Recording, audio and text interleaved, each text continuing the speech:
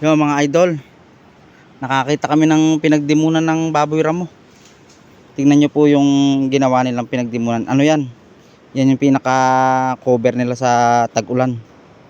Binabali-bali nila yung mga puno, mga kahoy na mga siit-siit. Tapos iipunin nila dyan sa isang lugar. Tapos susuot sila doon sa ilalim, para kahit malakas yung ulan, may kidlat, andun sila sa ilalim ng mga dahon na yan. Tignan nyo kung gaano kalalakas yung mga ngipin, kung gaano kalalaki yung mga kahoy na pinuputol nila. Oh, yan, yan, putol-putol yan. Ayun, yung mga putol-putol na yan, alam mo ginasak. Pinuputol-putol nila yan. Tapos yan, oh.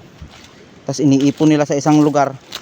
Sariwa pa to siguro to nung huling ulan, itong bago to mag-araw na to. Kung mga 4 siguro 5 na baboy ramo yung nanditong natutulog. Yan, ganyan ginagawa nila. Dimunan ang tawag dyan, pinagdimunan. Yan, tignan nyo, napaka ano nila, creative. Shelter nila yan pagka malakas yung ulan. Andun yung mga kasama ko, sila itang puti, may inuusisa pang isang pinagdimunan doon, no?